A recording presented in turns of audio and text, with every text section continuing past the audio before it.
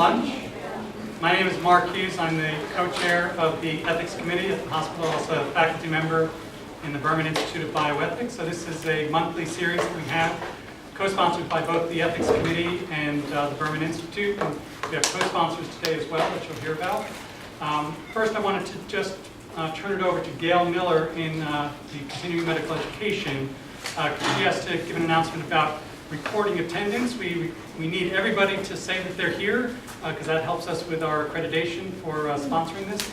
And I'm going to turn it over to you. Thank you, Dr. Hughes. Again, my name is Gail Miller. I'm from the CME office. And everyone should have received a second page. There are 2-page handouts with the CME, Cloud CME RSS activity code. This code should be text using your smartphone, flip phone, any type of phone that is text capable. This is a requirement, not a suggestion, but a requirement of everyone in attendance today. You must attest to your attendance. Regardless of whether you need CME credits or not, we are required by ACCME to take accurate count of our attendees in all CME accredited activities, including this one itself. By now, most people should have a Cloud CME profile. If you do not, it takes a couple moments to put in your information. Make sure that you do fill out the mobile aspect of it, because that pairs up your phone with your activities, and then you'll text in the text number. If you do not have a cell phone number, you can go online to Cloud CME and claim your credits at that point. If you do not need credits, please still attest, because this makes sure that our CME credits are available for those in this activity that do need it, and it also helps us to make sure that we are able to continue on offering CME credits to other activities. This is a requirement not just for Ethics for Lunch here, but it's a requirement for every other CME accredited activities, M&Ms, tumor boards, journal clubs, those activities that you may be in attendance to. Also, if you are a nurse or other practitioner, we do have reciprocity, so you can earn CEUs by attesting to attendance today for a credit. Any questions? Yes, ma'am. I don't have a Hopkins email, because I work at Chase Rexon. Is that, Doesn't matter. I should still go through the process? Yes. Gotcha. Anybody who attends our CME programs, doesn't matter if you have a JHMI or a JHU email, must create a profile and attest to attendance. Thank you. Any other questions? Thank you, Dr. Hughes. So the Ethics for Lunch is an opportunity to have a conversation with the community. So we're going to invite your participation in talking about today's topic. The title of today's session is Ethics in the Care of Transgender Patients, Justice, Harm, and Respect. I want to acknowledge that Maggie Moon, who's a faculty member in the Berman Institute as well as a committee member on the Ethics Committee, helped to moderate or organize this session. Our moderator for today is Paula Neira, and so I'm going to introduce you and have you take over. Thank you, Dr. Hughes. Hi, folks. Thanks for being here today. I'm Paula Neira. I'm the Clinical Program Director of the John Hopkins Center for Transgender Health. And yeah, I've been called in from the bullpen, so I'm going to be doing the moderating today. So we're going to be talking about ethics and care of transgender patients, and you have a wonderful panel that I'm going to let introduce themselves as we get started. And to just kind of get things started is really, let's face it, no healthcare system in the world was ever designed with transgender people in mind. Because almost none of us have had any kind of formal training in the schoolhouse, in residency, or as part of continuing education, regardless of what our discipline is, to really provide us with the foundation and being able to provide culturally and clinically competent care to the transgender population. And we're kind of on the cutting edge of seeing that change. And that lack of education is one of the things that contributes to ongoing healthcare disparities and inequities that the transgender community faces. One example is insurance. Our insurance system is a mess for providing medically necessary care and the coverage for that care. And it was only recent changes that even allow transgender people to have any kind of insurance coverage. The other thing is that our systems are set up for us to fail. An example would be our electronic medical records. They're not designed to make it easy for us to see chosen name, see the appropriate pronoun, to get the right kinds of BPAs, to give us a heads up that we might need to consider something different for our transgender patients. What I would say for the folks here at Hopkins, because we use Epic, there is some light at the end of the tunnel. There are some changes that are ongoing, but that's never going to happen fast enough. So with that kind of as a broad backdrop, I'm now going to let the panel introduce themselves and get it started, and we'll begin a conversation. Thanks, Paula. Good afternoon. I'm Dr. Renata Arrington-Sanders. I'm an associate professor here at Johns Hopkins, and I direct our Emerge clinic, gender and sexuality clinic, with another provider, Dr. Errol Fields. And I think I'm on the panel representing the pediatric, adolescent, young adult perspective of things. Our expertise really centers around children all the way through young adults. So our youngest patient is 6 years old, and we go all the way up to 25 years old. We've done a number of trainings both here with our staff and our faculty in our clinic, some of which we hope to bring up today that might come up as far as appropriate use of pronouns, but also in the medical school with medical students and with residents and fellows, because there's really a lack of training that's provided across all these entities and in areas around trans care and gender non-binary. Thank you. Hi, I'm Bethany Henderson. I am the social worker for the Center for Transgender Health here at Hopkins, doing mostly work with our surgical team right now, but also working with our primary care providers, endocrinologists, pediatrics, and all the other providers that are candidates for the center. Have a history working with youth and adolescents, also with transgender youth and adolescents, as well as older adults over the age of 55. And have been doing work in transgender health since about 2008. I also just want to state that I am a white, queer identified cisgender woman in her mid-30s, live in the city, and have a graduate degree. And so anything that I'm going to say today is going to be coming from that perspective, and also from what I hear from my patients and how I'm able to perceive that and bring that to you today. Thank you.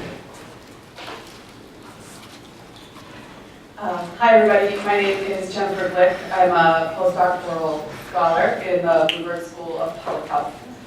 It's a real honor to be here with this amazing panel, and thanks everyone for coming out.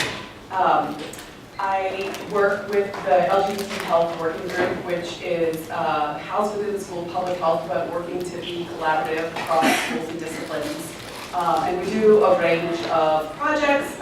We are working currently on this pop-up initiative where we're partnering with different entities around the institution to bring LGBT health issues into conversations where they're not already happening. For example, perhaps an ethics conversation. We also have a certificate for master's and graduate students, and do a series of collaborations and other sorts of events. So if you're interested in the working group, happy to give you more information. We also have little hash sheets on that table that you walked in. One is a list of different transgender and LGBT resources that might be helpful if you hear things today and want to learn more. And then there's a hash sheet evaluation. So if you happen to feel generous with your time and want to fill out a quick little evaluation to let us know what you think of today, that would be helpful for our work. I wanted to just share a few points to ground the conversation as we move forward. My research is around discrimination and how that impacts health access and health-seeking behavior, particularly with sexual and gender minorities. And so I just brought in a little bit of data because that's the kind of nerd I am, and I wanted to put some facts out there for everyone to keep in mind. So a few things that we know, that some of the common barriers to accessing care for gender minority folks, and when I say gender minority, that means transgender, gender non-binary, gender non-conforming. Some of the common barriers, there's three. There's cost of insurance, there's identifying culturally competent and medically competent providers, and then there's past experiences of discrimination, which impede people from wanting to go and get services. So according to some data that was put together, the United States Transgender Survey in 2016, 1/3 of respondents reported having had at least one negative experience with a healthcare provider only in the past year. So that means that 1/3, 1 in 3 patients have had a bad experience this past year. So if you think about the times that you've had bad experiences, getting medical care, going to the bus station, anywhere in your life, you don't want to go back to those places. This is the population that faces these discrimination experiences all the time. We know that about a quarter of the gender minority adults that were in the study reported not going to see the doctor when they needed to because they were concerned about having a bad experience and feeling discriminated. Some of that is based on the fact that they've already had that experience, and some of that is anticipating that negative experience even if they haven't had that experience, because those negative experiences are just so pervasive in their lives. And so I just want to say that it's discrimination in medical spaces that impacts care postponement and avoidance. It is also discrimination in other spaces. So it doesn't even have to be the healthcare provider. It could be at the convenience store. It could be getting on the bus to get to the clinic. It could be at work from the family. All of these other places, the experiences still impact people's health-seeking choices. So I just want to hold all that in mind as we have this conversation about how we can do better as providers and understand that small things make a real big difference in making people feel welcome when they go through the world not feeling welcome and not feeling seen and accepted. So looking forward to the conversation. I see a lot of friends. I see a lot of really smart people with great experiences in the audience, so I really hope that you all speak up. Well, thanks everybody. And I'm going to chime in at this point too to remind everybody that this is a safe space. This is a time to ask that question and not worry about, oh, am I going to say it right? Am I going to offend somebody? I'm a lawyer, you can't offend me because I have no soul. But you have to have this kind of a space. And that's what this conversation to be. And to kind of get us into the conversation is in looking at some of the cases. And when we talk about the principle of respect as it applies in transgender care, I think that the cases that are on the handout reflect some of the nuances. So, and look at the first one, is you've got an adolescent comes into the clinic. They come out, and oftentimes you may, as a clinician, be the first person they come out. And their parents are with them. And the parents don't use the correct pronouns. And they seem dismissive. Now, what do you do as a provider? And to get the conversation started, we'll get back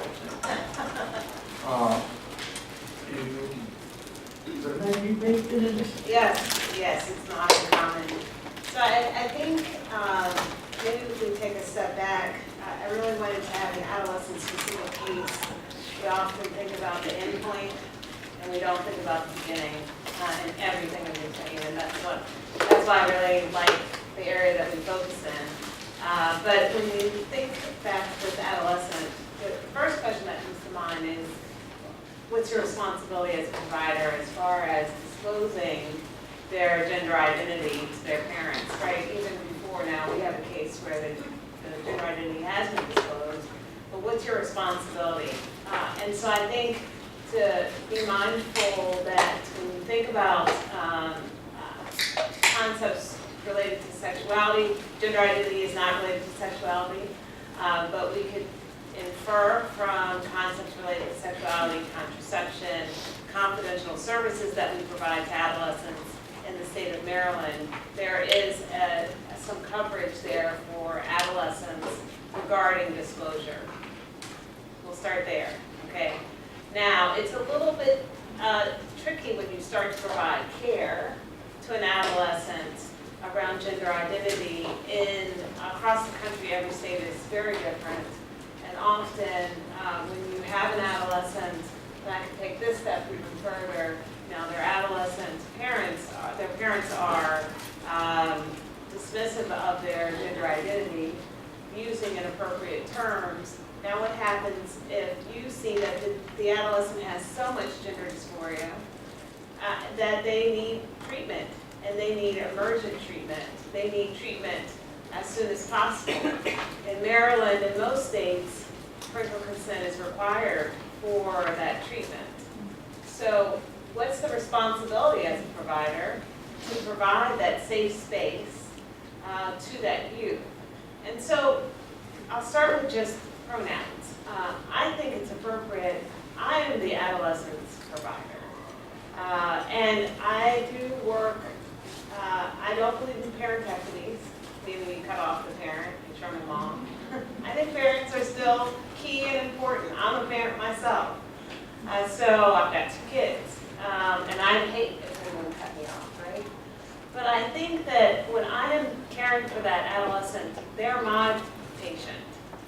And so it's my obligation to really advocate for them, to work on their behalf. And so as much as I can, I will provide some guidance to parents about use of appropriate terminology.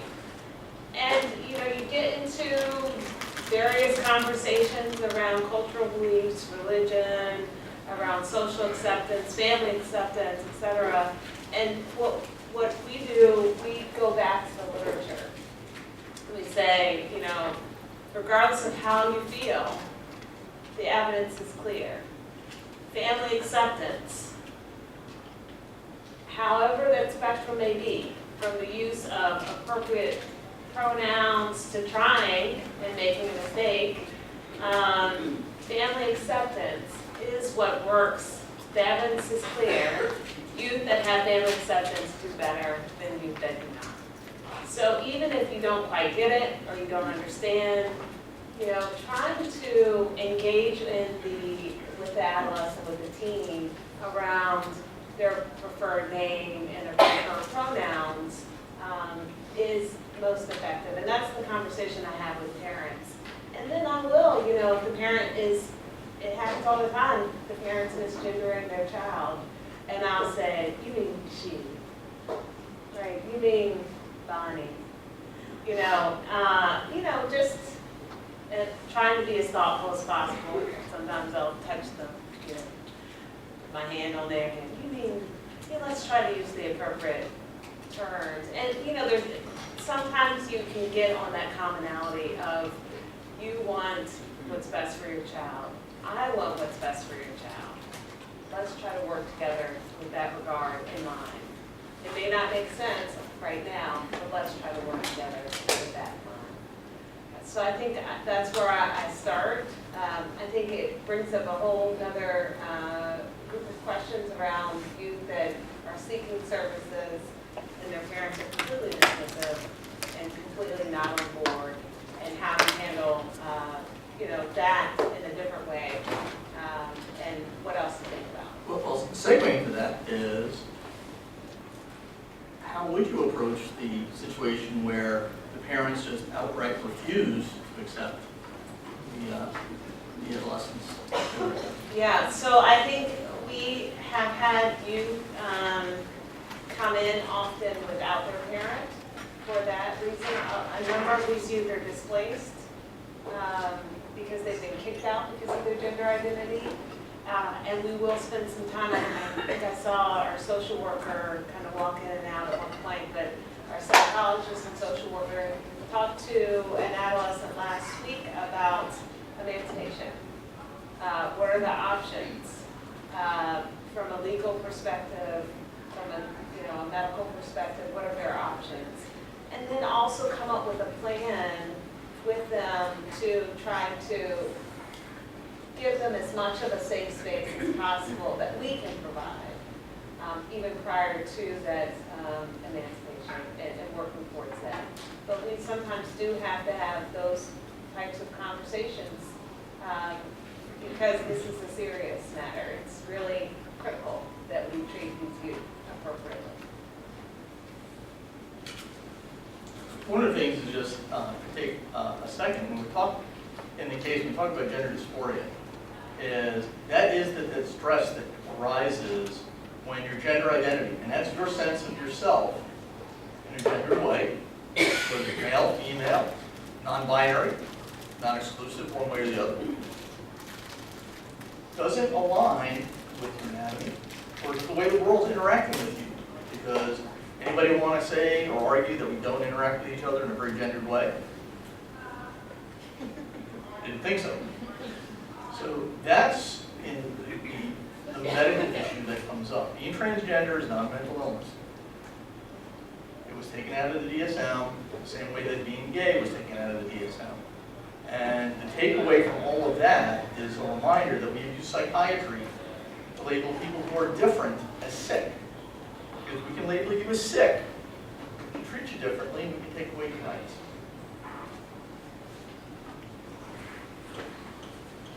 In looking at that situation where we're talking about parents, I'm going to go through the cases and then we'll open it up for questions and general discussion. Is, okay, now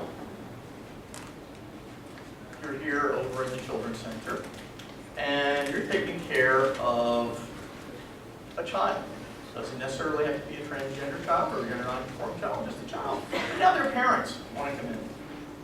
And because we've got a much more heightened level of sense of security, we want to make sure people are safe, and it applies to everybody. But now we put some rules in place about how do we give somebody an ID to get in the building. So now you have a transgender parent whose identification doesn't quite look like them anymore. And the name may not match. And our system doesn't provide for anything other than the information that's on that ID card. What do you do now? And I'm going to throw this hand grenade, Bethany, is to talk about the problem of when you've got identification and it doesn't match the person's on the other side of the desk. This is very layered.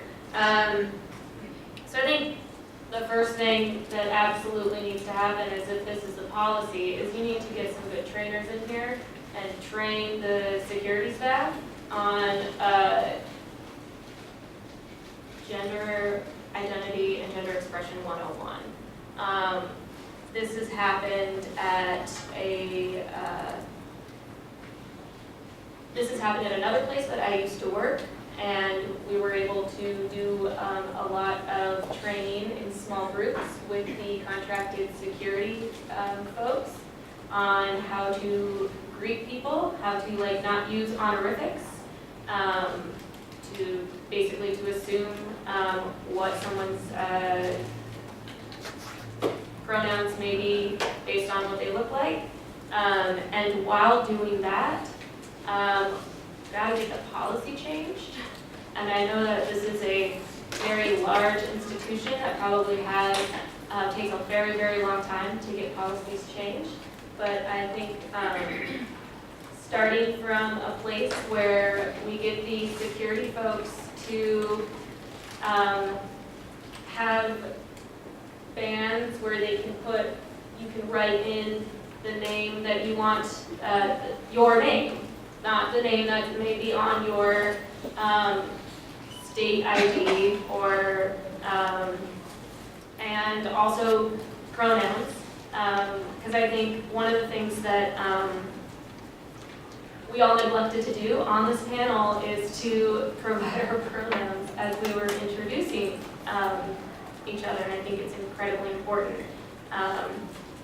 So go by she, her. But I think while there is this policy in place, we need to find some kind of scrappy way to make sure that folks are able to be either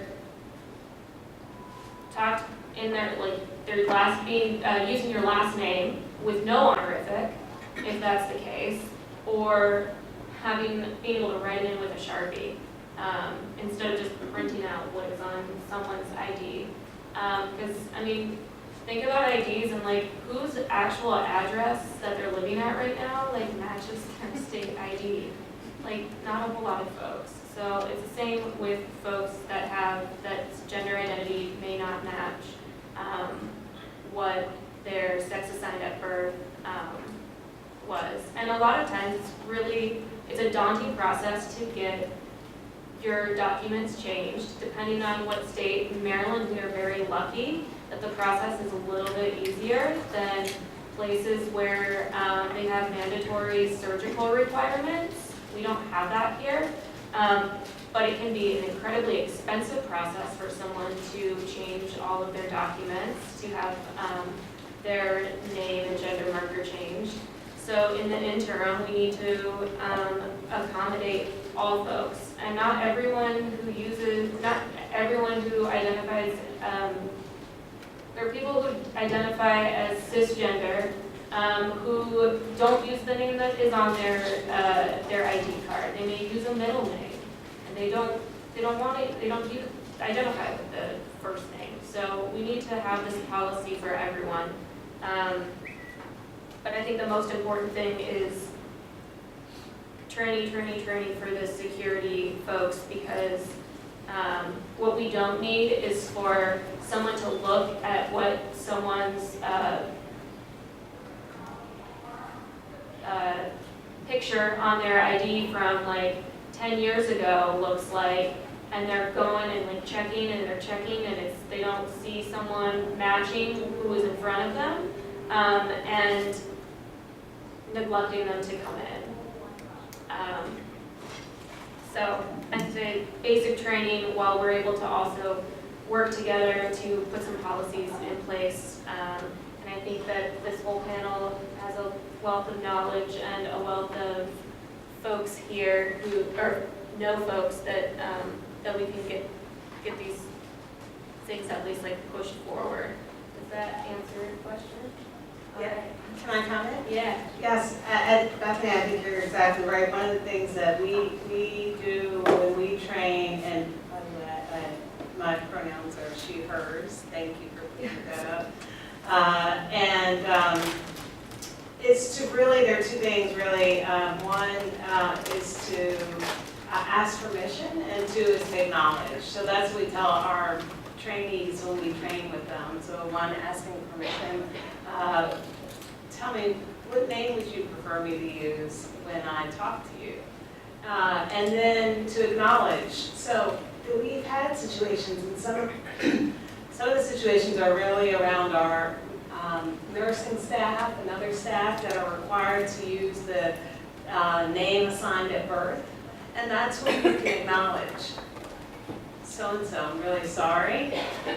However, I have to ask you whether or not you are blah, blah, blah, because I need to, from a legal perspective, document that I am giving this immunization to, Brian so-and-so with the date of birth, blah, blah, blah. I know that's uncomfortable and you prefer to use the name Brenda, and I'm really sorry about that. But in that space, you've acknowledged.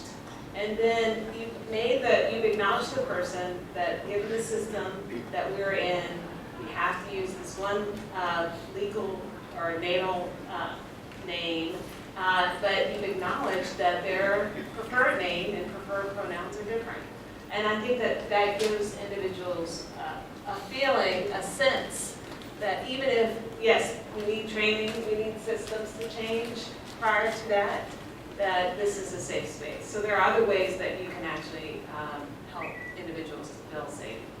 Can I add another thing? Yes, please. I also think it's important that for some kind of open band with pronouns on them, because people's pronouns change. Not everyone identifies in this binary of like she, her, hers, he, him, his. Some folks use they, them. Some folks don't use any pronouns at all and just want to be acknowledged by their name. And some folks, pronouns change throughout time. We have a lot of folks that are gender fluid and may use different pronouns in different spaces and different names in different spaces. And so we want to make sure that we are doing what we can to respect that. And also for everyone in the audience, like, it is okay to mess up. Like, we are human. We live in a country that has been taken that like colonized European binary like look of things, and we've been socialized that way. And so we are going to mess up on pronouns sometimes. And the most important thing to do is to then apologize once in a very nice way, not like and then just move on and try your best not to mess up again. But it's going to happen. I've done it. We've all done it. I'll introduce myself. With my pronouns are she, her, and hers, but I'm also really comfortable with they, them, and theirs because of the neutrality. And I don't need people to assume my gender, even though I have a fairly feminine presentation. My pronouns are she and her. And one of the things to see is that this is part of a cultural shift. It doesn't feel, we haven't gotten to the part where it's just muscle memory. Hi, I'm Paula. I'm going to be your nurse in the ER tonight. My pronoun is she and her. How would you like me to address you? What pronoun do you use for every single patient? Not just the ones that you think might be transgender. Because it does affect more broadly folks. Now I'm talking about some things that, way EPIC is set up right now is we're in the process of trying to get the SOGI questions, sexual orientation, gender identity questions, out to more clinicians other than the Center for Transgender Health. That requires a level of cultural competency before we just let people start asking these questions. So that's what we're working through right now. If you see a patient that's come through the center, in the header of their ethics chart, you will see a preferred name. You'll see a gender identity, and you'll see pronoun right in the header. One of the things that just recently changed as of October 1st are patient wristbands. There's no more, their gender marker was removed because we don't use the gender marker for the two patient identification. And you'll see the addition of the chosen name or preferred name, should be chosen name systems, on a wristband. And one way to approach that very real situation of having to do two patient identifiers before medication administration, before lab work, is to take this approach. I need you to tell me the name that's on your wristband and what your date of birth is. And if you notice how subtle my language was, I'm not forcing the patient to own that name. Because using a transgender person's former name is called dead naming. And it's not just a matter of being nice. What folks need to understand is that having to own that former name may be a trigger of someone's gender dysphoria. And I can tell you from experience of being called in here in the middle of the night for cases where that has been the issue that has caused the patient to deteriorate in the emergency room. That's real. It's a patient safety issue. The other part about it is, again, say now we're back at the desk and we're fumbling over the ID and the name. We're now also pointing out to anybody within earshot, there's one of them right there. A lifetime probability of a transgender person being the victim of a physical or sexual assault because of their gender identity is 1 out of 2. So this isn't just a matter of being respectful. This is a matter of making sure people are safe. And when we talk about equity and how sometimes we have to think how this affects other populations, having to show an ID to be able to get into the children's center as a safety notion, you said, well, that would treat everybody the same. But it has a disparate impact in this particular population. So now let's look at the third case. Okay? A non-binary patient goes to talk to the endocrinologist because they want to begin hormone therapy. In this case, masculinizing therapy. And and they talk about their goals. But the endocrinologist is dismissive of this whole non-binary thing. They don't get it. And that they only look in terms of transition within a binary view. What happens now? So there's a few things that I want to discuss in this case.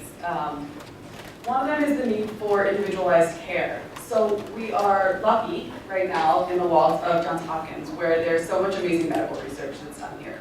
We have evidence-based medicine and we want to use evidence-based medicine, but it's not a cookie cutter approach. We have that information that then as providers has to be tailored for the individual person. And so I hear these stories from people I work with, friends and people that participate in my research projects about going for care, people that are non-binary, and the struggle of trying to make it clear to the provider that no, that is not what I want to look like, that is not who I am. Moonlighting.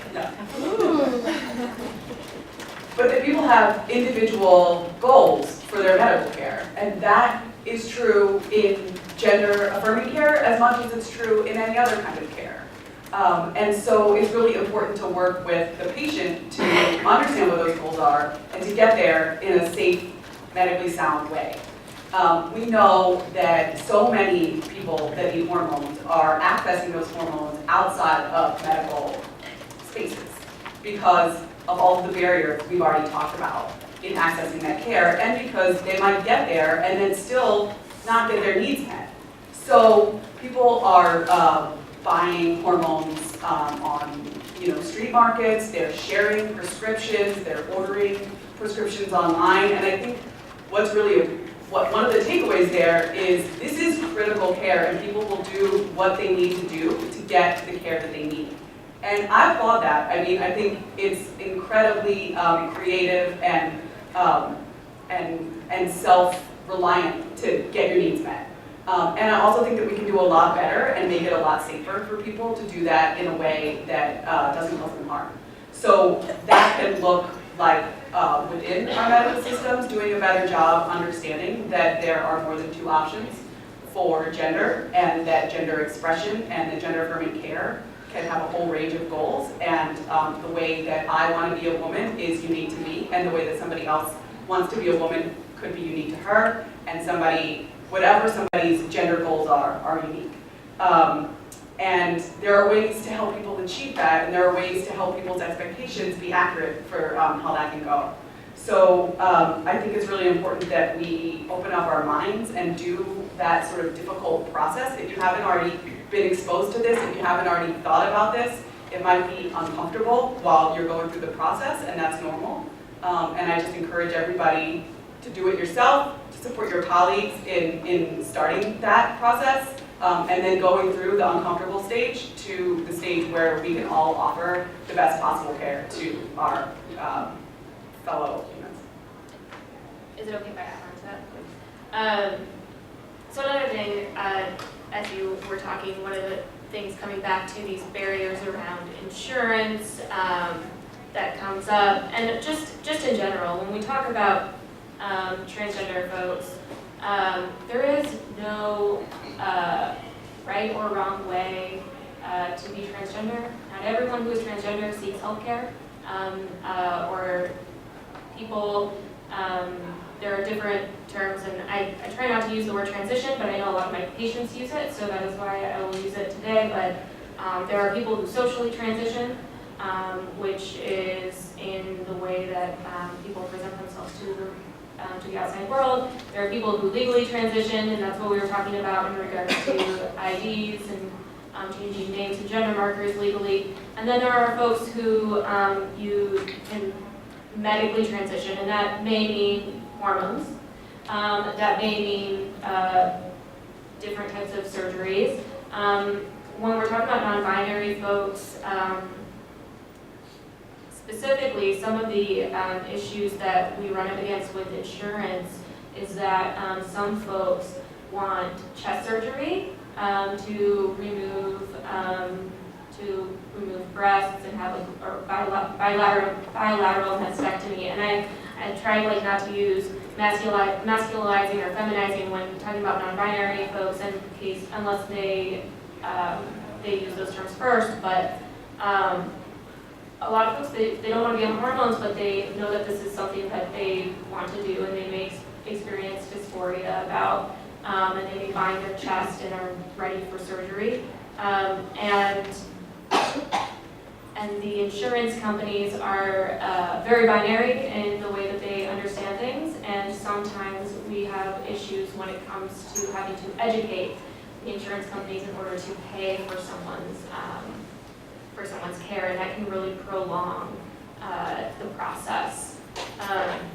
So it doesn't necessarily just happen in endocrinology offices, but it happens in all facets of the medical system. And I also, just wanted to point out that not everyone who identifies as trans may be seeking specifically hormone care or surgical care. They may be coming in for the common cold. And for that, we don't really need to know what's going on with someone's genitals or reproductive organs and things like that. So I'll sit back now. No, I think that's great. I would just add that I think this third case really speaks to the ethical concept of respect, right? And we should all, as providers, be trying to go in line with that respect, right? From high blood pressure management to gender care, it's a shared decision-making that we should be striving towards, so that it's not just the provider saying, this is what you're going to do, that we know that doesn't work. This is really around, one of the first things we'll talk about is, what's your goal? How, you're here to meet and come in the clinic, but tell me, what do you want to do? What do you want to become? And I think that is not just for adolescents, but that's for everybody. What is your medical goal? What is your life goal? And how can I get you there? Because it may not be binary, right? For a lot of people, it's not binary, and then it might change. And so, but if you're checking in and you're conscious about that, just liken it to anything. Blood pressure, headache management. If you overshoot headaches, they come back with more headaches. So liken it to those similar types of concepts. You want to be on the same page with any of your patients that you're caring for, and it should really be a shared decision-making model. And so I think that what we need to do and sort of how do we get there is to continue this patient-centered care approach, to really train providers, staff, ancillary staff around what is patient-centered care, what does it mean? Because when you put the patient in the middle, when it's patient-centered care, then I think we will be on the same page, and there will be less misgendering and less putting people in boxes that they don't exist to be in. I mean, the patient is the expert in who they are, and we have the expertise in medical interventions and together it's like this cultural humility where you're coming together and as one to kind of create equitable healthcare. And I think the informed consent process is another thing that we really need to look at as well, just as we use informed consent for so many other medical procedures. We use informed consent for I think I had to look at something when I did my flu shot and sign off on it, and it told me the risks and benefits and everything. And I think that having that conversation with an individual around what, especially for this third one, what testosterone will do, what is reversible, what is irreversible if you stop taking it, what are the risks, what are the benefits, are all things that talking with the individual, and if they're under the age of 18, talking with the family as well, to come to a consensus and get all their answers, or all their questions answered, is the form of patient care that we should be providing. And I want to add the importance of educating yourself as a provider. In this case, the patient went to an endocrinologist, but the average gender-affirming hormone regimen does not need to be administered by an endocrinologist.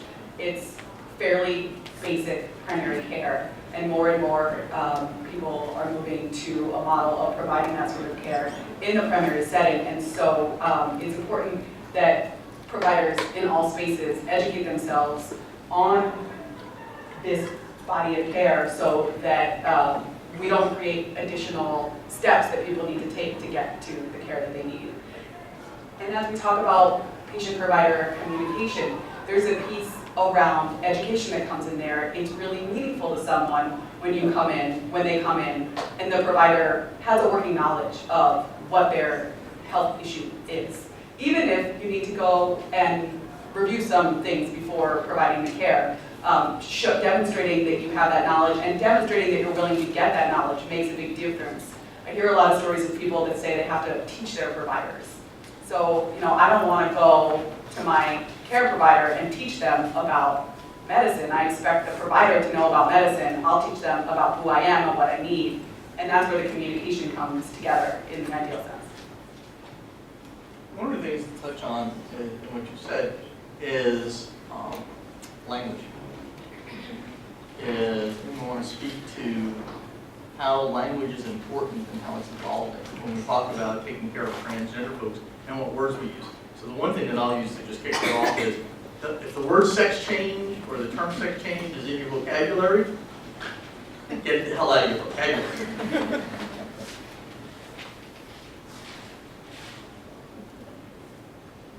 Now, a patient may call and say that they are wanting a sex change, or I hear all the time, especially with some folks of a different generations have their own their different language, and then I say I want SRS, which stands for sexual reassignment surgery. It's not something that a language that I would use. So usually what I ask is, tell me what that means to you, instead of just assuming that what someone means. It is also incredibly important as providers to listen to what patients names they may use for different body parts, and also asking is also okay. I try really hard to use neutral terms, and especially with folks who need or want hysterectomies, they may not really I know a lot of folks that I work with do not like to use that term because of when you go to get a hysterectomy, where do you go? Usually like an OBGYN, a woman's health and baby center. So I will say so are you looking to get that procedure where you remove all those organs and or get all those organs out? And they'll be like, yep, I know I need that before I have this procedure done. So kind of gauging where people are at and what language they use. If they may use the terms top, they may use the terms bottom. Those are not terms that I may be using as a cisgender person in my everyday life talking with folks. But when it comes to talking with patients, I will use language that they use just as I want someone, if they're talking to me about my sexual identity, and I need to say that I'm a queer identified woman, please don't use a different term. That's the term that I'm using. So, and also, when you're talking to other folks, other people in your provider networks, use the terms that use the medical terms. Gender affirming care is a good term to use, and that's I think the most updated terminology in in training spheres. I would love if there was someone that knew of like a more updated term. But really using, like hearing what folks are saying when you're meeting with them about how they talk about their body, and also there are many lists, I think, on that resource list that you have where they will have like the do not use list of terms, and I encourage you to go seek those out. And also, we're gonna make mistakes, it's evolving every day. You know, if we're not sure if we're using the most common and this is what we do every day, then we can't expect that everybody will have all of the language right all of the time. And so there's a process of building your own humility, of making those mistakes and being sensitive when you're talking to other humans. I can tell when I say something that lands wrong, at least I hope I can, I think I can, and clean it up and apologize. It's just like Bethany said, apologize once and move on. Don't make it, oh my God, I can't believe I said that thing, I said the wrong word. You know, don't make it a bigger issue. Don't make the other person have to take care of your feelings of shame and mistake. Just apologize and move on. And if you need to process that, call your friend when you get home. Call me. But there's something just about being sensitive to language and knowing that we're all imperfect. And this is not a science that is settled, right? 2 + 2 is 4. That's not going to change. But this language is going to change, and so we need to do our work to stay current, and then we also need to do our work to cope and adapt when we make those mistakes. One thing I would add, which is not specific to the terminology around gender care, but I often hear people conflating sexual identity with gender identity, and they are not equivalent, they're not the same, they're not. Sexual identity is the sexual being of who you are. It includes attraction, behavior, orientation. That's separate from gender identity and who you identify from a gender perspective and how you express yourself. And so by conflating the two, by mixing the two, you send a message to the person like, this person doesn't know what they're doing. You know, so, and you see this all the time, right? So just to be mindful, the two are not the same. And also to be mindful that they don't necessarily always align, right? So I have trans women that I see that have penises. Okay, to be frank, we're in a medical center, we should be able to say words, right? And they use them, okay? And that blows some people away because they feel like, why do they use them? They should not be using them. But sexual behavior is different from gender identity. And so, as is sexual behavior is part of sexual identity, but it's different from sexual orientation.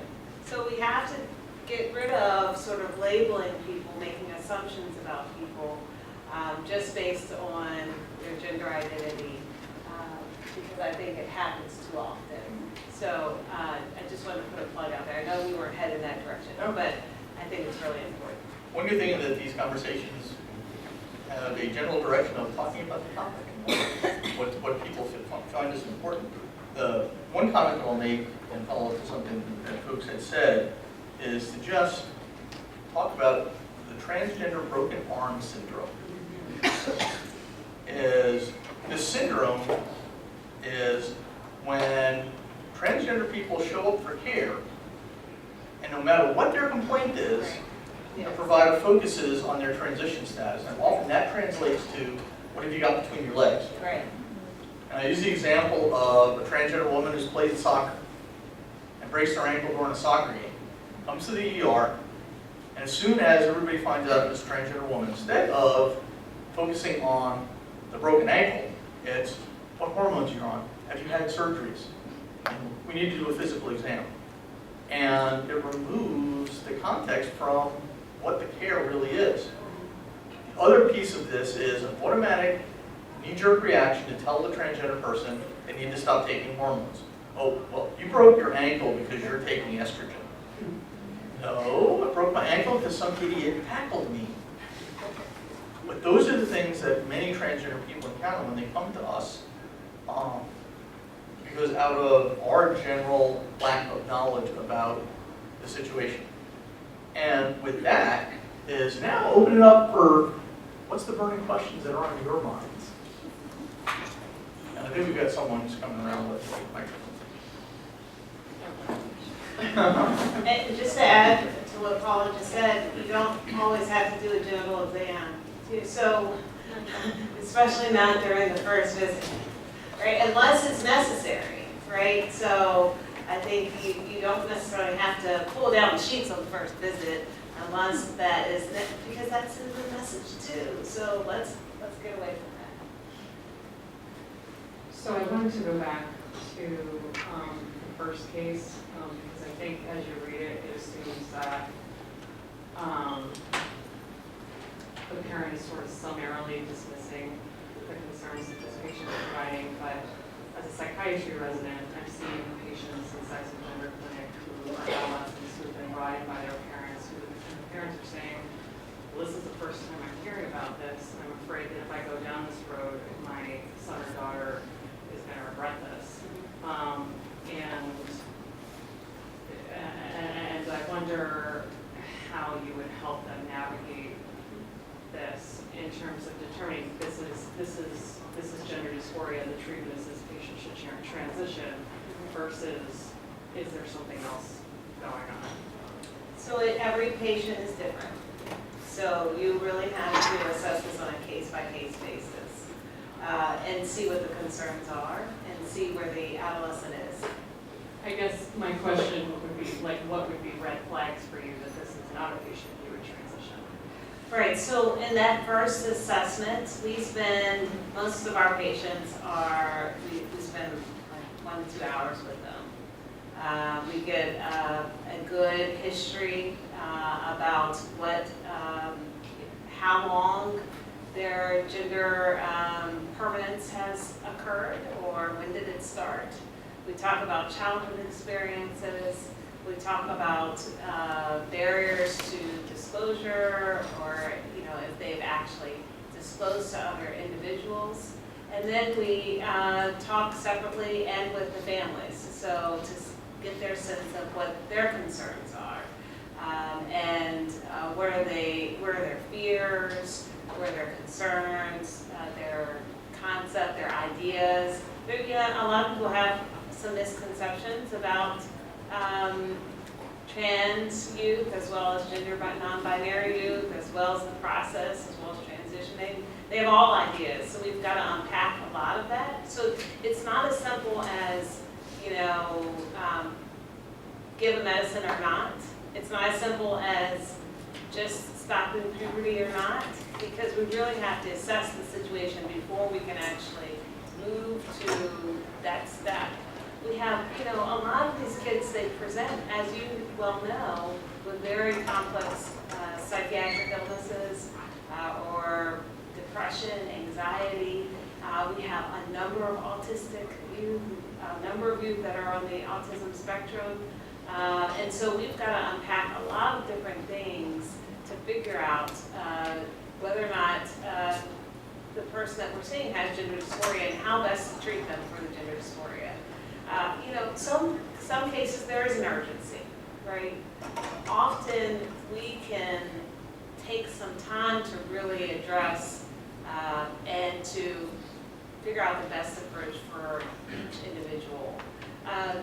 Pubertal blockers do actually provide us with more time to sort of sort through that, but pubertal blockers are not for everybody. And at 16, the person could actually be provided cross-hormone therapy because we want to mimic puberty in their peers, right? So a 16-year-old, and I didn't say what gender they were, right? Because I wanted to keep it ambiguous. But a 16-year-old male is actually having higher amounts of testosterone. A 16-year-old female is having high amounts of estrogen. So we don't want them to be the lanky kid that doesn't have any breasts, right? We want to help that. But we want every case is very different. And so we really had to spend a lot of time sort of figuring all those components out and deciding whether or not Google blockers are necessary, and then deciding on when to start hormonal therapy. I would also add that in my work working with adolescents and young adults and youth, parents sometimes come in with a lot of research or like a lot of information and say like, I've read all of this stuff, and a lot of the stuff that folks come in with is misinformation. There is a lot of misinformation out there specific around transgender youth and adolescents. And so sometimes talking with the family about like, so what do you know? Like what are some things that you know, or what are some things that you've heard about what it means to be transgender? And you may be able to suss out, like they may be reading a lot of I guess we would call it like fake news in this in this time, but false things that are not scientifically based. So figuring that out and then being able to have a conversation about evidence-based practice and science, and how, you know, youth as young as 3 years old are now like being able to like identify their, like talk about their gender identity, I think is really important, and providing that psychoeducation to some of the misinformation that they've been reading about. And I want to be clear that my department obviously has a checker history with this. And this is a field of mental health that I'm interested in, and there's only one training program that I know of that specializes in this for psychiatry. And so there have been cases where I've seen adolescents come in and they've been starving the female fat off their bodies, and I wouldn't treat them for anorexia nervosa, I would treat them for gender dysphoria. But I've also had cases where people come in with sort of labile emotionality and sort of borderline traits, and you know, I conceptualize that as someone who doesn't have a really strong core identity, and that to me is a little less straightforward psychiatrically in how to help that person navigate that question. So that's where that question is coming from. Well, we see, as I said, we see children, adolescents, and young adults 16 to 25 years old. We haven't had a psychiatry resident come and spend time with us. We have a very key and core group of psychologists that we work with through Kennedy Krieger that have a relationship with psychiatry here. We have an interdisciplinary team that includes social work, psychology, nursing, and we all work together. We have therapists that sit in there, social workers that sit in there, and we'd be more than happy to have you if you want to come and rotate and work with us to get that experience, because every case is completely different, and there's no sort of cookie cutter approach. And I think that you're right, Hopkins has had a checkered past in this area, so I think we're proactively working hard to see those youth in that environment. One piece of information just to give before we get to the next question is, following up on something that Bethany said, is to be able to help parents know and be able to evaluate the information they've been able to find. I'll give you one example. The American College of Pediatricians is an anti-LGBT hate group. It is not a reputable association of pediatricians. It was actually founded in 2002 in Florida. It has several hundred people. They chose the name of their organization so it gets confounded with the actual organization. So if a parent walks the in, American Academy of Pediatrics. So if a parent walks in saying, well, this is what they said, you need to be able to help them recognize that that is skewed. So next question. And I saw that twice. So let me go here and then in the back. Hello. So as a trans woman, when I go to the doctor, the emergency room, what's really triggering for me is when you're in the emergency room and the first thing they ask you is about your menstrual cycle. And so, like, I've come to this thing where I instantly, before they even ask the question, I tell them I have an implant, right? So I just instantly do that. But what do you think, is there a language that maybe can change, or is there maybe something that can happen in the beginning phases during the triage, something to kind of lax that? Because for me, that causes extreme dysphoria. Prime example, the last time I went to the emergency room, I was with my husband, and it was just like, it just was awkward. It was already, you know, him being there, me not having, able to have children, it just brought up a lot. The other thing was, Jennifer mentioned about the information, and what I was gonna say is it has to be bi-directional information from providers, so that you have to also listen to what your patient's saying and get information from your patient as well. Not just going to get the training, but getting the information from your patients, because let's just say you're at Chase and you work with a very specific demographic when it comes to trans or non-binary health, and that population may be from a lower income bracket. The terminology that that group uses is going to be extremely different than the information that you may be learning at some of these more academia settings. So, Thank you. One way to respond just says that, you know, the answer, when was your last period? My response has always been, well, I've never had a period, but I might have had a comma every now and then. And it is just one of those things, you know, in trying to ask that question, trying to modify the electronic health records so that that information is a little bit more readily available to the clinician, so they know how to tailor that question. But I would say there's also an element of education for the community as to why that question is important. And then the answer is just as, I don't have periods. And then the explanation. But we're not there yet, because it's on us as healthcare providers to create the safe environment to have that conversation. And we have not done that yet. And you also brought up another really good point, is that if you ever have the chance to go do continuing education, to get continuing education somewhere other than here where it's free, pay trans people to teach you. Pay them. Like, do not have folks just be teaching you while you're supposed to be serving them in your setting. You can pay folks. There are many coalitions and organizations in the Baltimore City and beyond the area that will accept monetary donations to their, or they'll accept money for them to do consulting work so that you can get more education past this panel.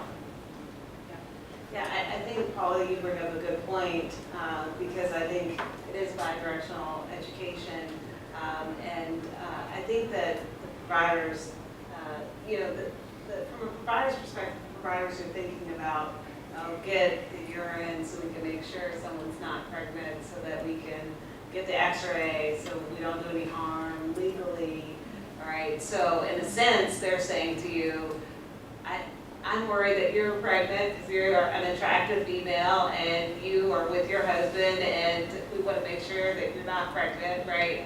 But then they don't know how they're gendering people. And so I think giving that training back around how that terminology, how to do it in such a way so that it doesn't gender people. Because I get asked the question all the time, and I don't have periods, and I'm like, I don't have any, so, but, you have to be very, you have to be empowered from a patient's perspective to really be, willing and feel confident about that. But I think that there's also that gendering that happens with providers that we have to retrain. It's the retraining of the system from the top down. Everyone needs to be retrained to get to a place that is safe. And with that question, then you automatically, you can miss people who are taking testosterone, who still may have a small percentage of becoming pregnant. Right. And are we asking this question to folks who like societally in a binary way, like look more like men, or identify as transgender men, or trans masculine? Probably not. And also being careful for those folks of not insisting. So if it's standard practice to do a pregnancy test with cisgender women, that doesn't apply for a transgender man. And I hear stories from men who are really triggered by the insistence of having a pregnancy test. So it's complicated, but we're all really smart people and we can rise to the occasion. Okay, last question in the back, and then we'll let the panel have any wrap-up statements. Thank you very much for presenting this panel today. In our department, in psychiatry, we've had a lot of discussions about documentation. This is a very contentious topic. We've had a lot of disagreement about the way that proper pronouns or preferred names should or should not be documented in the record, particularly when a patient returns, is on a return visit. And I just didn't know if there is kind of a best practice that everyone is using, or if everyone's doing the same thing or something similar in terms of how to document that, like using the patient versus all the time across the board. Some providers said, oh, well, if I use a name or if I use a pronoun that is actually not their legal name or pronoun, then I'm committing fraud. No, you are not. I say again, for all hands, no, you are not committing fraud when you use the appropriate pronoun that the patient has told you. And I'm a lawyer. But the answer to your question is there is no legal or regulatory requirement to use the patient's legal name in a note. The way that we approach this in the Center for Transgender Health is, so we're going to use Jane Smith, who's a transgender woman whose legal name is still Joseph Smith. And the gender marker is still on her identification as male. It will say that the patient is a 26-year-old female, parentheses, assigned male at birth, or a natal male, close parentheses, she. And then I will use the pronoun that the patient uses in the rest of my note. That's perfectly fine. And if you don't know, use they. Okay, so because at some point in time, some people may change their gender identity. They may be fluid, they may be non-binary, and so they can provide coverage, they instead of she, hers. So I think that definitely trying to use appropriate pronouns. And putting it at the top, gender, sex assigned at birth, gender identity, preferred name, preferred pronouns, and then using it accordingly gives people a roadmap of what they should expect from the note. And if I was working with Jennifer, who told me that they go by she, her, and they, them, usually I would ask, as I'm writing, I have to write up my clinical notes. Would you like me to use she, her, hers, or they, them, their when documenting?